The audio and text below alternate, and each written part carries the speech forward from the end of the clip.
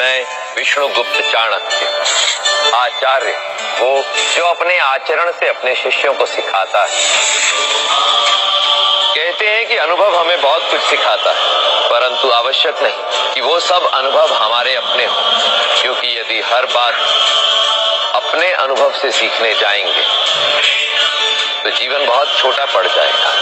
इसलिए होती है विरासतें और इतिहास। इतिहास उन पूर्वजों का जिनके अनुभव से हम कुछ सीखते हैं। मैं दूंगा आपको सबसे कड़वी सीखें जो मैंने अपने अनुभव से ली है, परंतु मैं आपको सिखा क्यों रहा हूं? क्योंकि देश को सदा आवश्यकता रहती है ऐसे चंद्रगुप्तों की, जो देश की एकता और अखंडता को बनाए रख सके, जो देश के हित में अपने कर्म करे। मैं चाहता हूं भारत के हर बालक में एक चंद्रगुप्त मौर्य हो, जिसमें साहस के साथ साथ सूझबूझ हो, बल के साथ बुद्धि हो, बल और बुद्धि की दो धारी तलवार हो, ताकि देश पर आने वाले हर संकट को काट सके। तो सज्ज रहिए मेरी नीतियां जानने के लिए और अपनी नियति बनाने के लिए।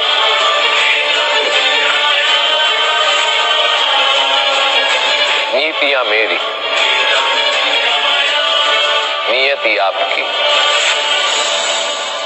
सत्य बोलो, सदा शुद्ध एवं सरल जीवन व्यतीत करो। ये सीख आप बचपन से सुनते आ रहे हैं, परंतु मैं कहूंगा कि शुद्ध एवं सरल जीवन व्यतीत करने के साथ साथ सावधान भी रहो। आंधी चक्रवात की मार हो या मनुष्य का प्रहार, जो वृक्ष सीधे तन कर खड़े रहते हैं वो सबसे पहले गिर जाते हैं, लेकिन जिन्हें आंधी के समक्ष झुकना आता है वे बच जाते हैं। सत्य के मार्ग पर टिके रहना उचित है, परंतु दुष्टों से बचने के लिए समय के साथ ढलना आना चाहिए। सावधानी की लोच सीखनी चाहिए। माखन में मिला थोड़ा सा नमक उसके गुणों को नष्ट नहीं करता, अपितु उसमें घुलकर उसे नष्ट हो जाने से बचाता है। इसी प्रकार एक सच्चे एवं सरल मनुष्य को अपने स्वभाव में थोड़ी चतुरता एवं सावधानी रखना आवश्यक है। इस नीति को अपनाइए, नियति स्वयं बदल जाए। नीति मेरी, नियति आपकी। वृक्ष उगाने के लिए सब अच्छे से अच्छे बीज उपयोग में लाते हैं, क्योंकि बीज ही यह निश्चित करता है कि उगने वाला पौधा एक वट वृक्ष बनेगा या कांटेदार झाड़ी। परंतु उस वृक्ष का अस्तित्व सुनिश्चित करती है वो माटी, वो भूमि जिसमें वो बीज पनपेगा। क्योंकि यदि माटी बंजर हुई तो बीज सूखकर मर जाएगा, और यदि माटी में खारापन हुआ तो वो बीज एक छोटा सा पौधा बनकर ही सीमित रह जाएगा। इसलिए माटी पर ही निर्भर करता है कि कौन सा बीज भविष्य में एक विशाल वट वृक्ष बनकर सैकड़ों को घर देगा, सहस्त्रों को छाव देगा। यही संबंध है राजा और प्रजा के बीच। राजा यदि बीज है तो प्रजा है माटी। इसलिए यदि श्रेष्ठ शासक से उत्तम शासन पाना है तो प्रजा को स्वयं सावधान रहना होगा, निरंतर स्वयं पर कार्य करते रहना होगा, क्योंकि राजा इसी राज्य से बनता है। इसलिए आवश्यकता राजा से अपेक्षा की नहीं है, आवश्यकता है स्वयं की कर्म परीक्षा की। नीति मेरी, नियति आपकी। भय यदि मन के भीतर ही रहे तो प्राणों की रक्षा करता है, परंतु यदि वही भय मन से बाहर आ जाए तो प्राणों का शत्रु भी बन जाता है। संसार का सबसे भयंकर जीव होता है सर्प, परंतु यहाँ यह जानना भी आवश्यक है कि सर्प एक अत्यंत भीरू प्राणी भी होता है। छिप कर रहता है, झाड़ियों में विचरण करता है, कभी स्पष्ट रूप से सामने नहीं आता। परंतु एक विचित्र तथ्य यह भी है कि सभी सर्प विषैले नहीं होते, ना ही हर किसी को सर्प डसता है। फिर भी सब सर्प से भयभीत रहते हैं। क्यों? क्योंकि सर्प को फुंकारना आता है। इस प्रकार अपने भय को ही अपनी शक्ति बनाकर वो कई द्वंद्व जीत जाता है, स्वयं को सुरक्षित रखता है। भयभीत होना कोई बुरी बात नहीं, परंतु भयभीत होने पर भी अपने भय को अपने शत्रु पर प्रकट मत होने दो, क्योंकि हर युद्ध लड़कर नहीं जीता जाता। कुछ केवल शक्तिशाली होने का अभिनय करके भी जीते जा सकते हैं। नीति मेरी, नियति आपकी। जीवन में आपने कितने लक्ष्य साधे होंगे, परंतु प्रश्न यह है कि विफल कितने में हुए। विफल होने पर मन में यह विचार अवश्य आता होगा कि परिश्रम किया, दृढ़ निश्चय रखा, तो फिर विफल क्यों हुआ।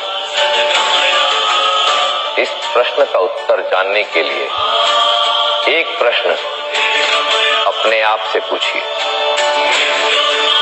कि जिस योजना को लक्ष्य साधकर आगे बढ़े थे, उसका भान किस किस को था।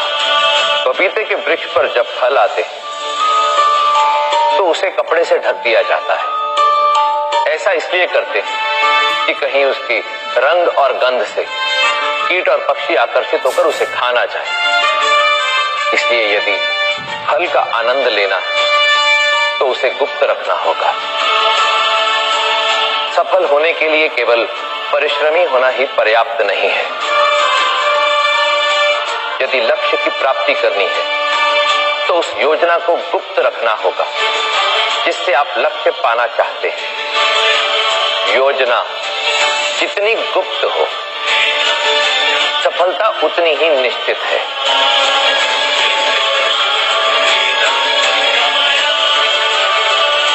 नीति मेरी, नियति आपकी। रत्न यदि अपने पास हो तो आभा बढ़ाता है, परंतु यदि सामने वाले के पास हो तो आंखें चुंधिया देता है। यदि स्वयं के पास हो तो मुकुट में लगकर ऐश्वर्य बढ़ा देता है, परंतु यदि शत्रु के पास हो तो विष बनकर काट भी सकता है। बुद्धिमान एवं उत्तम व्यक्ति भी हीरे के समान होते हैं। यदि अपने पास हो तो अमृत, यदि शत्रु के पास हो तो विष। इसलिए श्रेष्ठ मनुष्य मिलते उसे बिना विलंब अपने पक्ष में कर लो और फिर कभी जाने मत। नीतियां मेरी, नियति आपकी। जीवन में सदा मीठे स्वभाव और सरलता से ही लक्ष्य नहीं साधा जा सकता। दीवार पे कुछ लगाना हो तो कील की आवश्यकता पड़ती है। मात्र परिश्रम और सरल स्वभाव से सफलता अधिक समय टिकती नहीं। उसके लिए अपने निर्णयों में दृढ़ता, कठोरता और नुकीलापन लाना पड़ता है। इस कील की भांति ऊपर से सपाट और नीचे से नोकीली।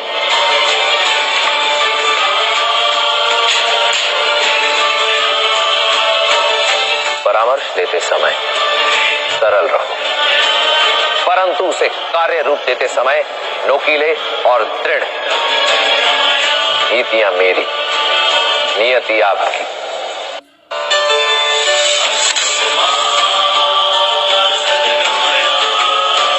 यदि आपको सर्प दिख जाए तो आप क्या करेंगे?